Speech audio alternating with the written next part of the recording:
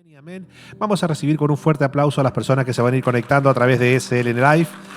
Bueno, hemos venido hablando de la importancia de escudriñar la Escritura, de fortalecer nuestra fe en Cristo Jesús, no solamente basándonos en una experiencia espiritual, lo cual es primordial, pero claramente les dije la semana pasada que esa experiencia espiritual, que es primordial, necesaria e irreemplazable, queda como una experiencia personal a la hora de nosotros tratar de evidenciar la realeza, la gloria del Señor. Queda para nosotros como una certeza, porque claramente es por fe y la fe es la certeza de lo que se espera, la convicción de lo que no se ve. Hasta ahí estamos bien, pero a la hora de explicar, a la hora de evangelizar a una persona que es incrédula, puede que nuestra experiencia le cause curiosidad, pero no deja de ser para esa persona subjetiva. ¿Por qué? Porque es una experiencia. La persona puede decir, ¿y yo qué sé si toda esa revelación espiritual que tú dices tener es real? Al fin y al cabo, no deja de ser algo personal tuyo. Entonces, cuando tú a la fe le inyectas lo que comúnmente se conoce apologética, es decir, la defensa de la fe por medio de la ciencia, por medio de la documentación, por medio del testimonio y por medio de los descubrimientos, que en este caso nosotros tenemos eso a favor, arqueológicos, y tu argumentación trasciende tu experiencia de fe, entonces dejas a ver al ateo, al incrédulo, al escéptico, al agnóstico, lo dejas totalmente sin argumentos. La única forma que podrá negar todas estas evidencias apologéticas es por medio de la necedad. Por eso que dice la Biblia, dice el necio en su corazón, no hay Dios. Porque una vez que nosotros logramos tener todas las herramientas explicativas, argumentarias, para derribar toda ideología que se opone a la existencia del Señor, claramente las personas que te tratan de convencer que Dios no existe, no tienen los argumentos necesarios como para evidenciarlo. Solamente te explican y te dicen que porque no lo pueden ver. Entonces, si no lo pueden ver, para ellos, entonces también Dios es solamente una expresión de fe. Por eso que alguien dijo, se necesita más fe para creer que Dios no existe que para creer que existe. Porque al fin y al cabo, el que te dice que Dios existe solamente basándose en la experiencia de fe, no te lo puede demostrar de manera visible. Pero también el que te dice que Dios no existe no te lo puede explicar de manera visible, porque tampoco puede explicar lo que la persona dice que hoy día es visible. Te puede explicar el Big Bang, niega que Dios creó todo, pero no te puede explicar cómo la creación. O sea, niegan al creador, pero no pueden explicar la creación. Y cuando comienzan a investigar la creación, llegan a la conclusión de que hay una mano creadora detrás de la creación.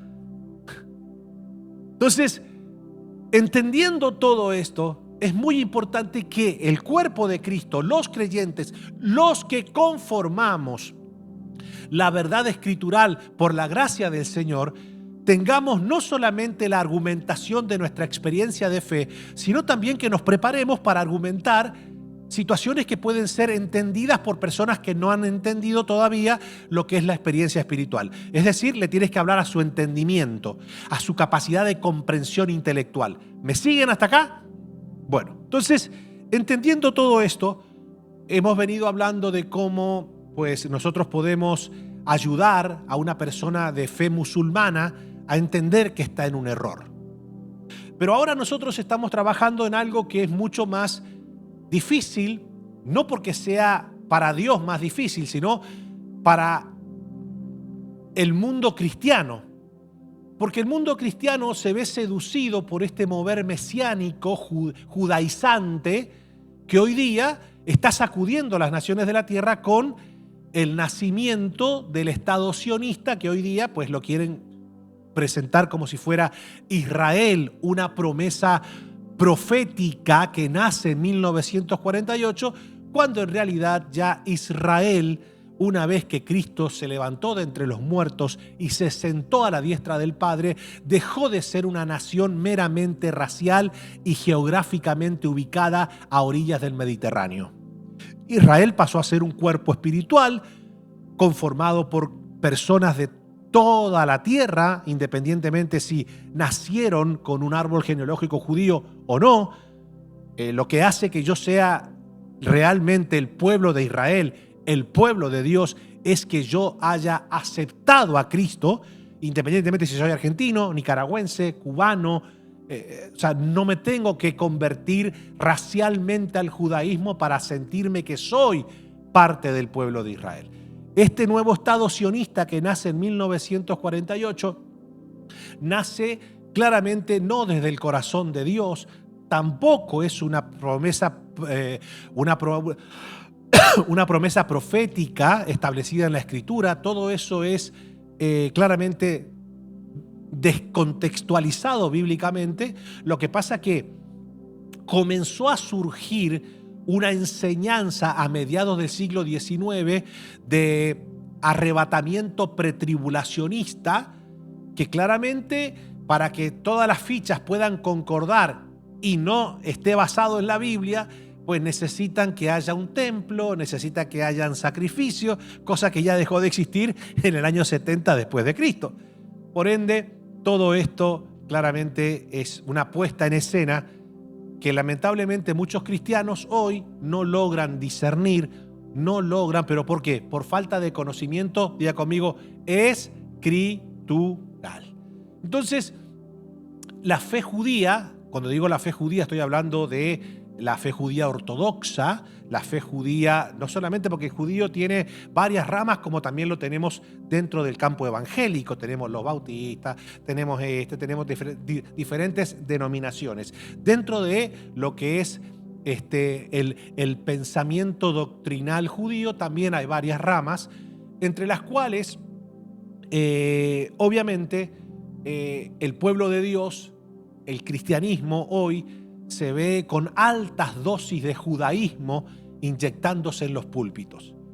Y hasta han llegado muchas veces los predicadores, quiero pensar que por ignorancia, a citar el Talmud como un libro inspirado, como un libro que realmente puede ayudar a los cristianos a crecer espiritualmente, cuando, a ver, el Talmud puede ser un libro referencial. De hecho, yo lo leo, pero no lo leo para educarme espiritualmente ni para encontrar en él sabiduría. Lo leo para tener claramente argumentos, historicidad de los acontecimientos que fueron llevándose a cabo durante estos 2000 años. ¿Me siguen? O sea, es un documento, pero no un documento inspirado por Dios. No es que en la pluma de los rabinos que desarrollaron el Talmud voy a encontrar una sabiduría similar a la Escritura, ni mucho menos. De hecho, tampoco me da mucha libertad de conciencia leer el Talmud, porque en sus páginas puedo encontrar cómo ellos se jactan de haber crucificado a Jesús. Ellos mismos lo dicen en el Talmud. Bueno, la mano que ejecutó a Jesús fueron los romanos, pero nosotros fuimos los autores intelectuales de dicho crimen. Y bueno, y lo hicimos bien, porque este era hijo de una adúltera. Y lo hicimos bien, porque este fue un perverso que extravió al pueblo doctrinalmente. Y aún peor, el Talmud mismo dice que Dios lo castigó enviándolo al infierno, en un infierno que arde con excrementos en ebullición. Así que para mí, lejos de que el Talmud sea un libro de sabiduría, para mí es un libro blasfemo, a lo cual tengo que acudir para poder proporcionarles a ustedes este tipo de enseñanza, ¿verdad? Y de esa manera enriquecerlos a ustedes en la verdad del Evangelio y en la mentira del Talmud. ¿Me siguen? Bueno, una vez que nosotros entendemos esto, debemos asimilar que el judaísmo le está haciendo mucho daño al cristianismo. Hay muchos cristianos que piensan que por judaizarse, por tal vez utilizar indumentaria judía, que dicho sea de paso, mucha de esa indumentaria judía no tiene nada que ver con cómo se vestían los judíos en la época de Jesús, nada que ver. Por ejemplo, el uso de la kipá, lo que se ponen aquí los judíos, en muchas películas de Jesús ven a los discípulos con la kipá puesta, cuando en realidad la kipá se comenzó a utilizar alrededor del siglo XV después de Cristo. Estamos hablando casi 1500 años después. Es una locura. Y bueno, hoy día tenemos a muchos cristianos pensando de que sus oraciones van a ser más ungidas porque usan un talit, porque usan un cordón que les pegue con flecos que le peguen en las piernas, sienten que van a ser más ungidos porque tal vez en una congregación se toque el shofar o porque pongan la bandera del Estado de Israel en sus púlpitos, ¿verdad? Y claramente tenemos una confusión tremenda. Por eso que dentro de lo que es la doctrina cristiana, nosotros debemos cuidarnos, porque al fin y al cabo lo que impulsó a Pablo a escribir su primera carta fue ese deseo judaizante de muchos creyentes de convertirse, después de haberse convertido a Cristo, volverse al judaísmo. La primera carta que escribe Pablo es Gálatas. Y a los Gálatas, Pablo los exhorta y le dice, pero ¿cómo ustedes van a comenzar en el espíritu y van a terminar en la carne? ¿Cómo es que ahora se quieren circuncidar? Y Pablo los exhorta de una manera tan fuerte que les llega a decir, si ustedes se circuncidan pensando de que es un acto complementario al sacrificio de Cristo, si ustedes deciden pues entender que aparte del sacrificio de Cristo no solamente hay que circuncidarse, sino que también hay que practicar las fiestas judías, hay que someterse a los días de reposo. Si ustedes creen todo eso, a la dieta levítica, si ustedes creen todo eso, entonces ustedes están obligados a vivir por ley. No se puede vivir por ley y por gracia. Utilizo la ley para condenar y utilizo la gracia cuando me conviene. No, o es por las obras de la ley o es por gracia. No se puede convivir entre los dos testamentos. O vivo en el Antiguo Testamento, en el Antiguo Pacto, o vivo en el Nuevo. En el Antiguo no hay quien lo pueda cumplir. Tiene 613 preceptos y mandamientos, de los cuales el que falla en uno se hace transgresor de todo. Pero el que vive en la fe, en el nuevo pacto, vive convencido y con certeza de que nadie se salva por obras, sino por gracia, por fe en el nombre del precioso Hijo de Dios. Ahora, vamos a argumentar. Dijimos y hablamos lo que hablaba la Biblia y el Talmud en relación a la divinidad, en relación a todo lo que tiene que ver con Cristo. Y hablamos de algo sumamente importante que no quiero que se pase a la ligera. Si nosotros queremos no solamente evidenciarle a un judío que Cristo fue el Mesías, no le vamos a hablar desde el Nuevo Testamento, ellos no lo leen, le vamos a hablar desde el Antiguo. Y el Antiguo tiene alrededor de casi 300 profecías que se debían cumplir en aquel Mesías prometido, que no solamente hablaba de su nacimiento, del árbol genealógico de donde vendría, es decir, lo que está hablando la Escritura es, Dios prepara todo un escenario antiguo testamentario, toda una narrativa de aproximadamente 40 personajes que escriben toda la Escritura de diferentes tiempos, culturas, y que todo concuerde. Por eso es que la Biblia es un milagro. Porque ¿cómo puede ser que 40 personajes de diferentes culturas, tiempos, idiomas concuerden en un mismo relato y todo sea perfecto? Eso es... Ahora vamos a ver algunos datos que son impresionantes, pero que claramente te dejan saber que la Escritura no pudo haber sido, o sea, ¿cómo? Que vos decís, bueno, se pusieron 3, 4 charlatanes a mirar la historia y se pusieron a escribir ya una vez habiendo contemplado los acontecimientos. No. Eso lo puede decir una persona perversa que no, por ejemplo, que no quiere aceptar la documentación que se ha encontrado a lo largo de los siglos. Pero con los hallazgos, por ejemplo, de los rollos del Mar Muerto en 1947-48, nada, o sea, ya esa narrativa de decir, no, esto fue un par de vivos, los discípulos contemplaron, supieron la historia y se pusieron a escribir basándose en eso. No, ¿por qué? Porque, bueno, ahora nosotros tenemos todo ese descubrimiento arqueológico que nos deja saber por medio del tipo de letra, el tipo de material, que todo eso fue escrito cuando la Biblia dice que fue escrito. Entonces cuando de repente te escribe uno 2000 años antes de Cristo, el otro 1000 años antes de Cristo, el otro 500 años antes de Cristo, el otro, ¿me entiendes?, 400 años antes de Cristo, y toda una narrativa que concuerda entre sí, y encima los que escriben después, pues dice, corroboran y dicen, no, mira, esto fue así, y tenemos entre 80 a 100 veces el término, y esto fue lo escrito, y esto fue lo escrito. Lo que está diciendo es, bueno, Claramente Jesús no fue un improvisado que apareció con ínfulas de decir, bueno, soy acá el Mesías. No, me siguen hasta acá, ¿verdad? O sea, Dios creó todo un escenario para que nosotros pudiéramos identificar al Mesías. No solamente con profecías que se identificaban con su nacimiento, que se identificaban con su árbol genealógico, que se distinguían por su ministerio, por su muerte, por su comportamiento, por el lugar geográfico donde se desenvolvería. Todo eso, o sea, estamos hablando que es algo exacto, es algo glorioso. Y no solamente eso, sino en el tiempo en el que debía aparecer, cuál sería el contexto, cuál sería la aplicación de la muerte con la cual moriría el Mesías, que Isaías lo profetiza 800 años antes. Y escuche, todavía ni siquiera existía el método que utilizaban los romanos de crucifixión. O sea que aún la muerte mencionada de la forma en que moriría el Mesías era inédita. Nacería de una mujer, todo eso lo hemos visto. Aparece entre 80 a 100 veces el escenario donde la Biblia dice, y esto es para que se cumpliese lo dicho por el profeta, y esto fue. Y entonces, pero noten ustedes algo. ¿Cuántas profecías aproximadamente se cumplieron en Jesús? Aproximadamente unas 300. Y les voy a dar un dato, porque un matemático prominente que trató de hacer matemática con el término de las profecías. Cuando yo descubrí este dato, la verdad que claramente está dentro de lo que es el libro que en las próximas semanas voy a sacar, que se llama Jesucristo, reloj profético de Dios. Yo me quedé helado. Este matemático se llama Peter Stoner y él trata de decir, bueno, a ver, no vamos a tocar 300 profecías. Vamos a trabajar con 8. 8.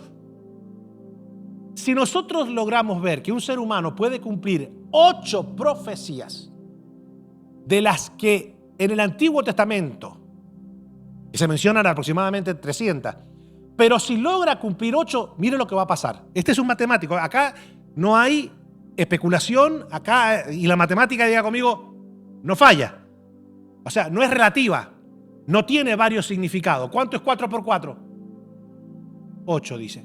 ¿Te das cuenta? Así está el pueblo de Dios. 4 por 4, 16. Ok. Yo ahora te digo, es 18. ¿Qué me decís? Entonces yo te digo, vos sos absolutista, sos fundamentalista. ¿Sí o no? Pero no es así. Ni soy absolutista, ni soy fundamentalista. ¿Qué soy? Realista. Es lo que hay. Vos si querés seguir creyendo que es 18, pero tu matemática está mal. No existen dos resultados para una misma ecuación. El matemático y astrónomo Peter Stoner desarrolló un análisis probabilístico. Escuchen esto, intentando calcular las posibilidades de que una sola persona cumpliera accidentalmente determinadas profecías mesiánicas. Y escuchen esto porque esto se van a caer de espaldas. Por eso es que usted, si después de escuchar esto que yo le estoy dando a ustedes, sigue teniendo dudas de que Jesús es el Mesías, yo lo llevo a la sinagoga. Su investigación fue publicada, para que lo puedan ver, en un libro que se llama Science Speaks, An Evaluation of Certain Christian Evidence. Que traducido, se lo traduje para ustedes, la ciencia habla una evaluación de ciertas evidencias cristianas. Escuchen esto que es interesante. Después de analizar solamente ¿cuántas profecías? 8. Relacionadas con Cristo, Stoner concluyó que la posibilidad de que un hombre cumpliera accidentalmente únicamente esas 8 profecías era de 1 en 10, 17. Ah, bueno, pastor, un 10%, ¿no? Que tú no tienes... Para nosotros lo que sabemos matemática, álgebra, claramente usted está viendo un 10, pero yo estoy viendo un 10, 17. Así que después María se lo va a explicar.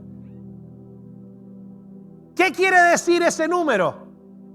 Que la posibilidad de que una persona pueda cumplir, que la posibilidad que una persona accidentalmente pueda cumplir con 8 profecías mesiánicas. A ver, ¿quién me puede decir ese número? Nadie me lo puede decir porque está hablando de profecías mesiánicas. Si yo le pusiera ese número en su cuenta de banco, todos me lo dirían. Pero ese número es básicamente imposible de reproducir. Existe, pero ahí no estamos hablando, estamos hablando de, hasta aquí, ¿cuánto sería? No, acá sería 100.000. 100 millones. 100.000 millones.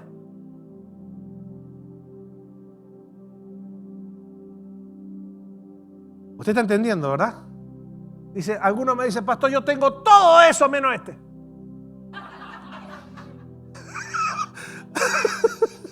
Éramos tan pobres, mi hermano.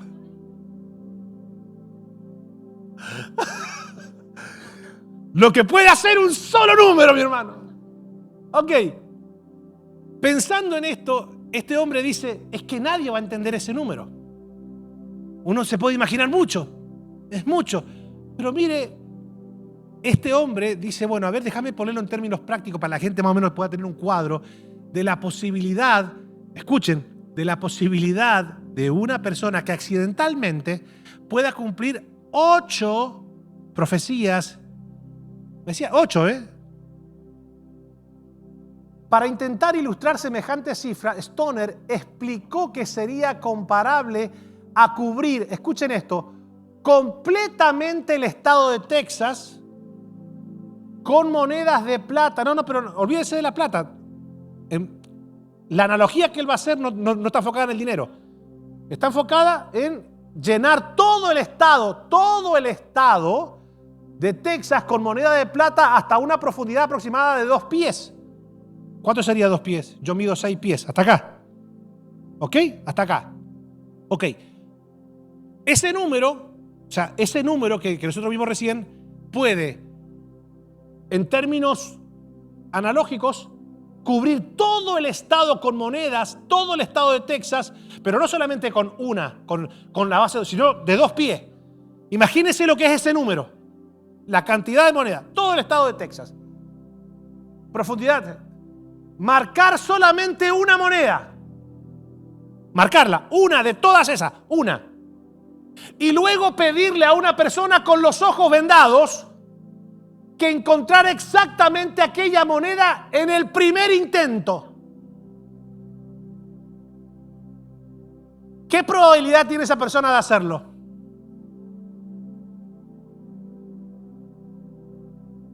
Sin embargo, según sus cálculos, esa sería aproximadamente la probabilidad de cumplir accidentalmente apenas 8 profecías mesiánicas. Bueno, déjeme decirle, damas y caballeros, que Cristo cumplió aproximadamente 300.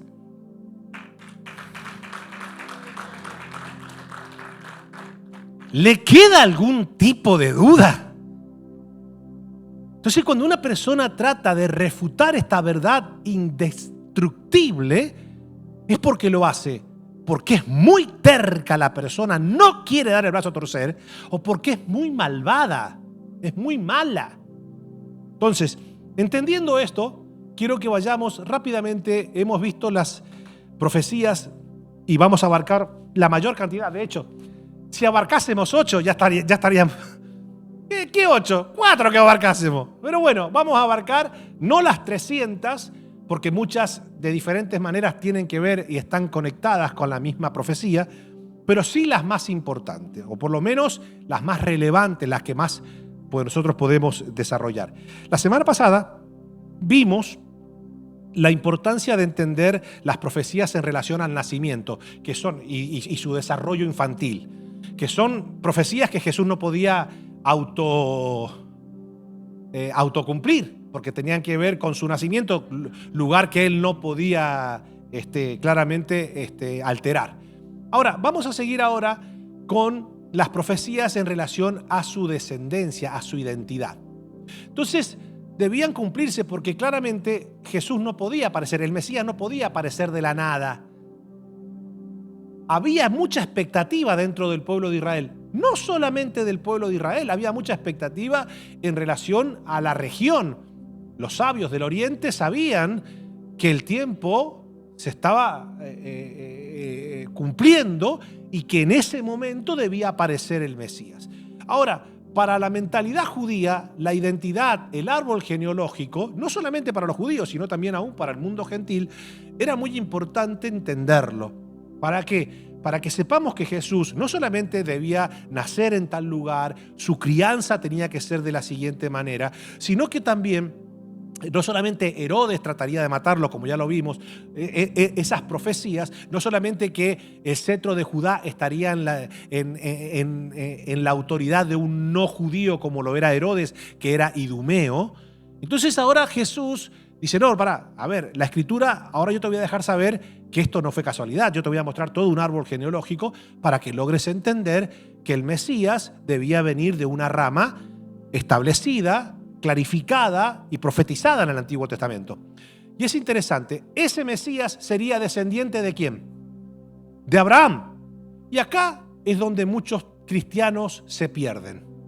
Se pierden porque se han creído el relato judaizante de nuestros días y el relato de muchos evangélicos que no han comprendido, quiero pensar, por ignorancia, por mala interpretación, lo que este versículo quiere decir. Entonces, por ejemplo, lo que yo acabo de decir, Israel no es, escuchen, el Estado sionista que hoy día se encuentra a orillas del Mediterráneo. El yo decir esto desde un púlpito para muchos evangélicos y para judíos, no judíos ortodoxos que saben que es como yo digo, sino otro tipo de judíos que son sionistas, que tienen que ver más que nada con nacionalismo, más que por fe cristiana. En esta mala interpretación ellos dicen, esto que estoy diciendo yo es como estoy maldiciendo a Israel. Como que acá el versículo está hablando de Israel, de un pueblo.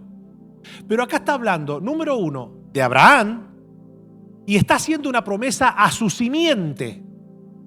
Escuchen que esto es interesante. Esto no es una doble interpretación, esto no es algo que se me ha ocurrido a mí, porque como ustedes saben, yo no solamente le muestro la promesa, yo también le muestro a cada uno de ustedes la confirmación, es decir, cómo el Nuevo Testamento interpreta la profecía.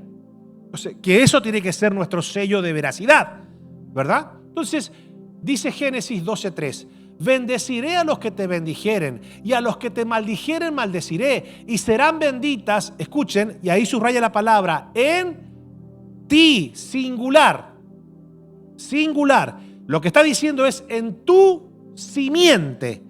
Lo que está diciendo la profecía es, de tu simiente, Abraham, van a ser el que va a tener o el que va a ser benditas a todas las familias de la tierra. O sea, ya usted se da cuenta que ahí ya menciona una redención global que no está especificada en un solo pueblo, porque todas las familias de la tierra. Pero ¿dónde serían benditas? En su simiente, no en un pueblo racial. Y esto es interesante que nosotros... pero Jesús nació... A ver, el hecho de que Jesús haya nacido como judío y racialmente israelita, ¿verdad? No indica que eso le da preponderancia. Es como si una persona dijese, bueno, María, hay que creer en ella como corredentora y como cointercedora. ¡Caramba! Ella es la madre de Dios. No, no es la madre de Dios. Es la madre de Jesús físico, humano, pero no es la madre de Dios. ¿Nosotros respetamos a María? Sí, pero no la divinizamos. ¿Respetamos al pueblo histórico de Israel por el cual vino el árbol genealógico del Mesías? Sí, pero no lo idolatramos. ni pensamos que nuestra bendición depende de que nosotros digamos en nuestras oraciones, bendigo a Jerusalén, bendigo a Israel. No, nuestra bendición no está porque digamos bendecir, porque nosotros tenemos que bendecir a Israel, a Jerusalén, a Argentina, a Cuba y a todos los países. Nuestra bendición no está por bendecir un lugar geográfico. Nuestra bendición está porque estamos en Cristo Jesús. Él es la fuente de nuestra bendición. Ahora, noten ustedes, claro, uno queda ahí, pero si vamos a la realidad, el Talmud está maldiciendo la simiente de Abraham, aunque ellos se jacten de ser los hijos de Abraham. Porque el mismo Talmud dice, ese Cristo que vendría en la simiente de Abraham, al cual nosotros, por alguna curiosa razón, habíamos entendido en el primer siglo que debía revelarse, pero no sabemos qué pasó, que no se reveló. No, sí se reveló, sí se manifestó, pero ustedes decidieron no aceptarlo, no rendirse y lo que es peor, matarlo. Entonces, cuando uno lee el Talmud, ¿quién en realidad está bajo maldición? El que está diciendo una verdad como yo. El mensaje de decir que Israel actual, el Estado sionista, no es el pueblo de Dios, ¿es un mensaje antisemita? No, porque ni siquiera el 90% de los que viven en Israel son semitas. La gran mayoría ni siquiera son descendientes de Abraham.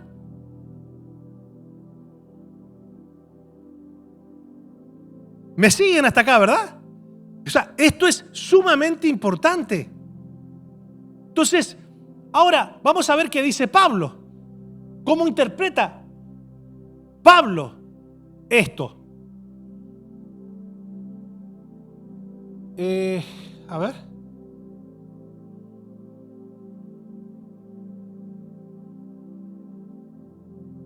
En Gálatas, no me pusiste Gálatas, pero bueno, Gálatas 3:16 dice lo siguiente, si me lo puedes poner. Gálatas 3:16, vamos a ver cómo Pablo interpreta este versículo bíblico para que entendamos que cuando dice, en ti serán benditas todas las familias de la tierra, no está hablando del pueblo de Israel, ni de las tribus de Israel. Está hablando del Mesías. Pablo dice, ahora bien, a Abraham fueron hechas las promesas y a su, fuerte, a ver, y a su simiente. Y Pablo aclara y dice, no dice y a las simientes como si hablase de muchos, haciendo mención a las 12 tribus de Israel. Dice, sino como de uno y a tu simiente. Y ahora Pablo dice, la cual es Cristo. A ver, ¿está claro lo que Pablo está diciendo? Obvio que está claro lo que Pablo está diciendo. Entonces, ¿cuándo es que uno entra en maldición? Cuando dice la verdad en relación a un Estado sionista que intenta usurpar al pueblo de Dios. No. ¿Quién es el que entra en maldición? El que maldice a Cristo. ¿Y el Talmud qué hace? Maldecir a Cristo. ¿Y el judío ortodoxo que vive en Israel qué hace? Rechazar a Cristo. Y de hecho, cuando vos pasás, si es un judío ultra ortodoxo y sabe que vos estás hablando de Cristo, muchos quizás hasta te traten de golpear o te escupan. Te escupen. Por si no lo sabía, eso pasa así. Ahora, el que no entiende esto justifica al judío. Entonces, vos vas a ver al cristiano ahora justificando la limpieza étnica, el genocidio que están haciendo el ejército judío con muchos gazatíes civiles, con muchos libaneses civiles. Porque es el pueblo de Dios. No, te lo voy a decir en español, no es el pueblo de Dios. No es el pueblo de Dios. Pueblo de Dios está constituido por toda persona que ha aceptado a Cristo Jesús, que se ha convertido a Cristo, que es parte, no importa. En este pueblo de Dios no hay diferencia entre judío y griego, esclavo y libre, gordo, flaco, alto, bajo, esclavo o libre. Todos somos uno en Cristo. Entonces el judío, pastor, nadie se salva por ser racialmente judío. Si ese judío acepta a Cristo, Dios lo acepta. Si lo rechaza, Dios lo corta. Así lo dice Romanos 11. ¿Me dejan otro más? Y ahora viene la descendencia de Isaac. Claro, pero ahora acá se puede prestar para una confusión, porque los árabes dicen, hey, we are the descension of Isaac. Exacto. ¿Por qué? Porque el primer hijo varón de Abraham no fue Isaac, fue Ismael. Pero fue por una imprudencia de impulsividad, que pensaron de que ya el tiempo apremiaba, la promesa la reciben a los 75 años, Abraham ya tenía casi 100 y no se cumplía, y cometió el error que puede cometer, o uno de los peores errores que puede cometer un hombre en la tierra. Y usted dirá, ¿qué, pastor?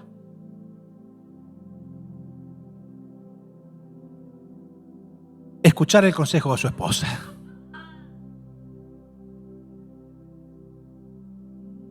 Vos a ser sabia, hija. Pero lo que es peor, no solamente escuchar el consejo de su esposa, nunca entendió que si es peligroso escuchar el consejo de una esposa, 3 veces más peor es saber si esa esposa se llama Sara.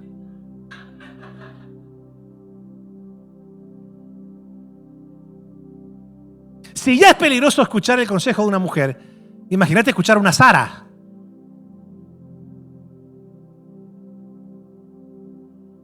Ni hablar cuando esa Sara te profetiza cosas que son... Allá en la punta ustedes ven una hermosa niña, rubia, mujer y hermosa. Lo cual esta señora Sara, cuando su hija estaba en estado, dijo, tuve un sueño y veía que era varón de pelo negro y parecido a Oscar.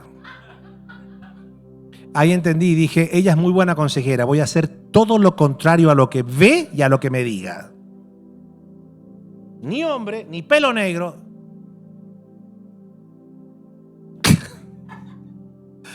Síntesis. ¿Por qué es tan importante entender esto?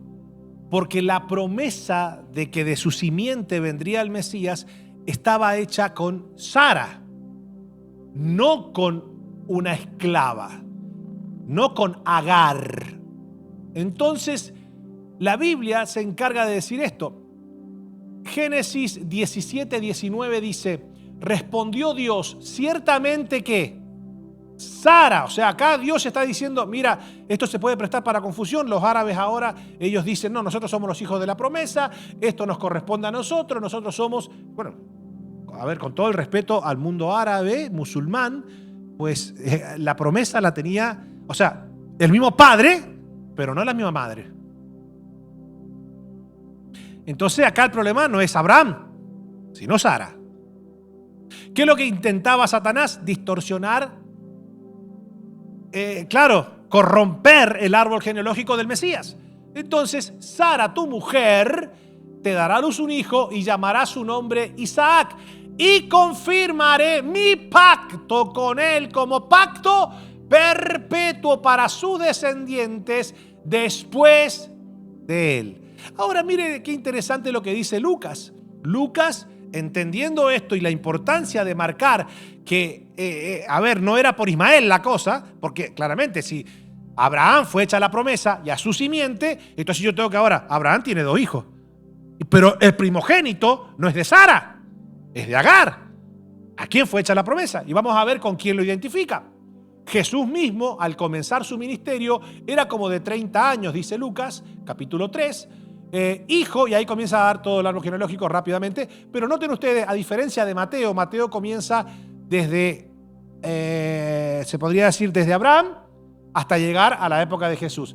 Pero acá él comienza desde la época de Jesús hasta al revés. ¿Por qué? Porque era para un mundo gentil.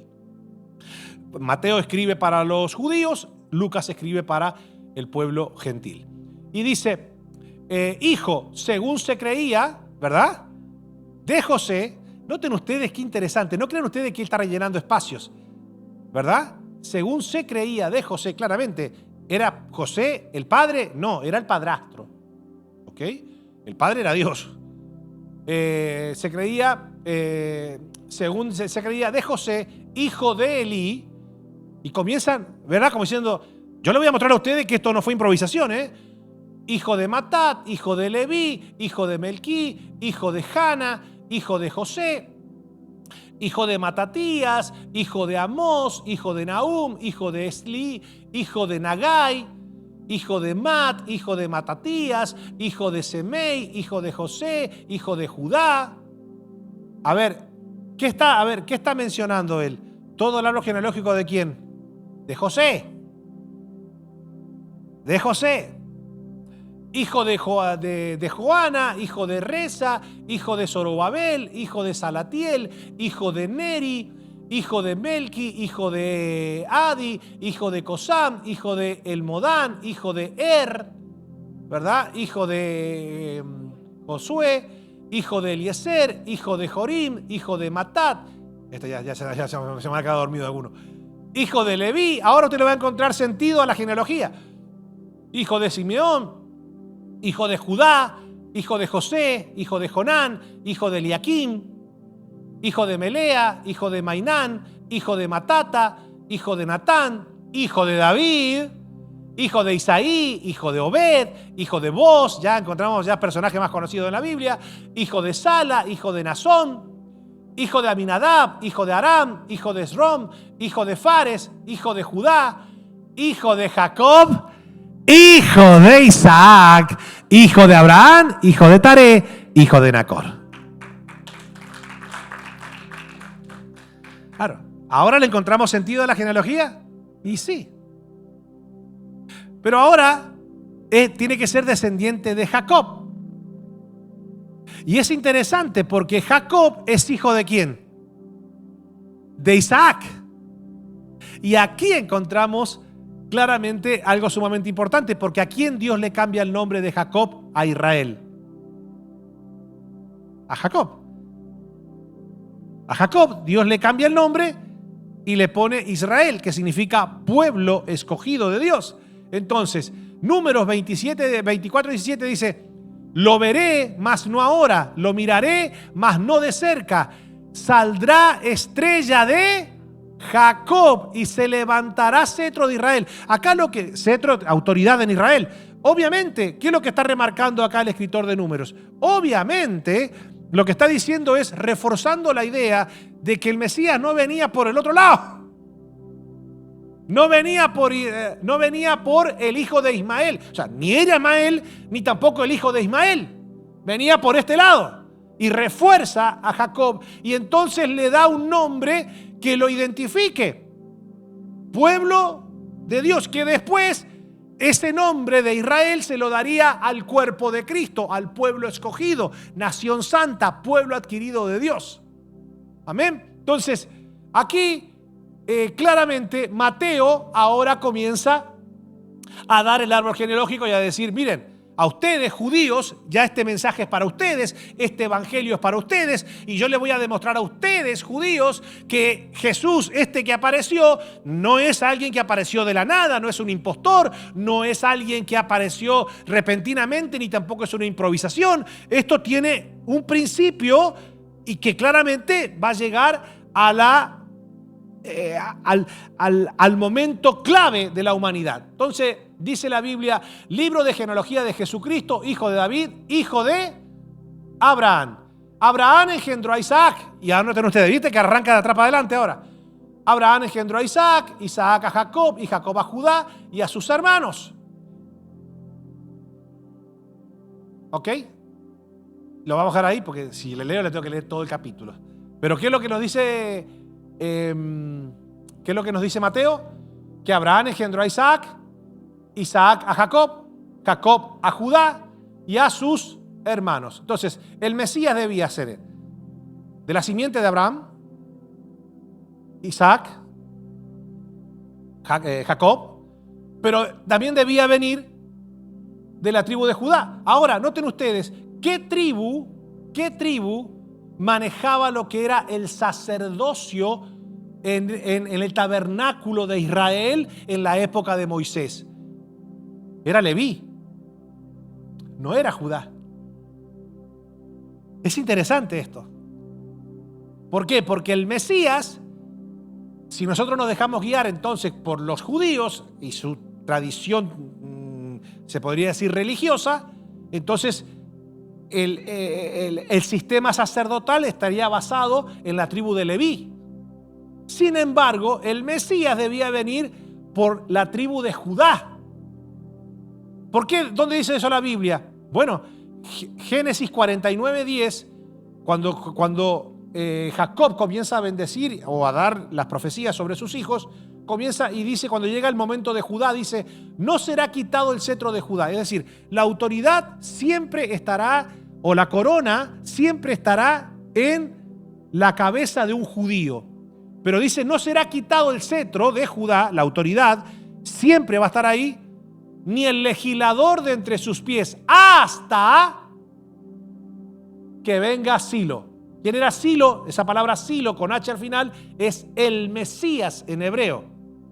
La corona, la autoridad de Judá siempre estuvo siempre estuvo liderada por un judío racialmente nacido.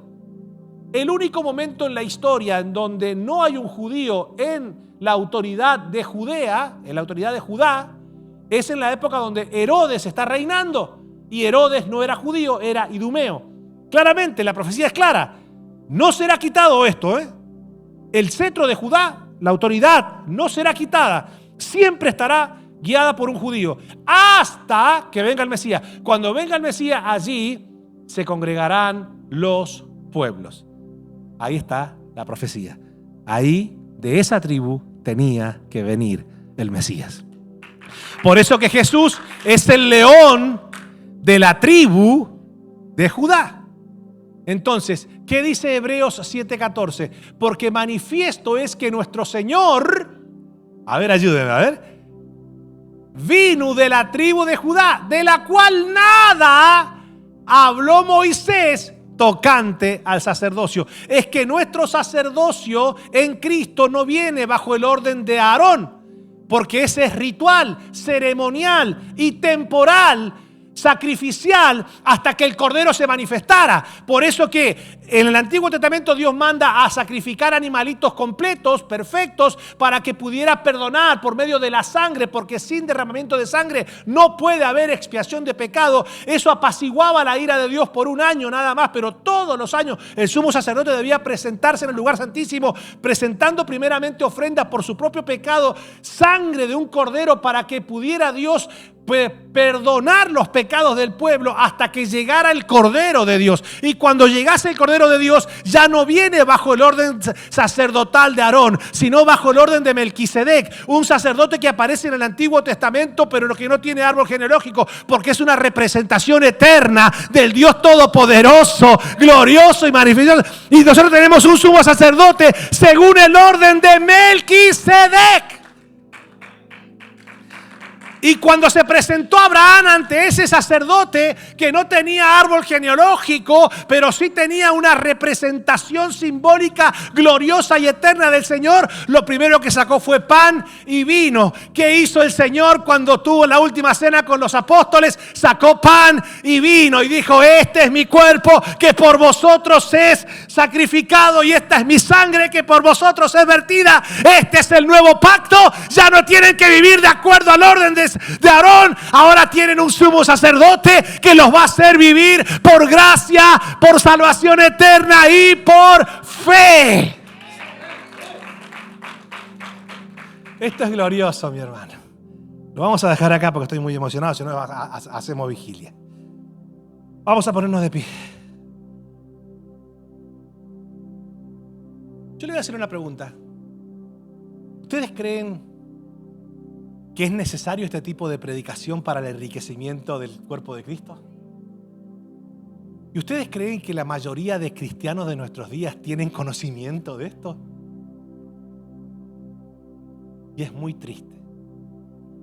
Pero qué hermoso que es cuando el creyente comienza a encontrarle sabor a Cristo, a su palabra, a su revelación. Porque ahora nuestra fe, ¿qué hace? Más allá de la experiencia espiritual, como le dije al principio, se fortalece más, Porque ya no solamente creemos por experiencia personal o por sentimientos personales. Ahora, cuando alguien nos diga, cállate vos porque andá a llorar a la iglesia, andá a seguir orándole a tu amigo imaginario. No, ¿qué amigo imaginario? No es ningún amigo imaginario. Si querés te explico quién es Cristo y te lo amplifico. Y esto es glorioso. Y ni hablar, si usted dice, ay pastor, pero todo ese material, porque tanta información no la puedo retener así desde una predicación. Quédese tranquilo, en las próximas semanas va a salir el libro que está muy bien narrado, está muy completo y sale barato, creo que 15.000, 17.000 lempiras, pesos argentinos.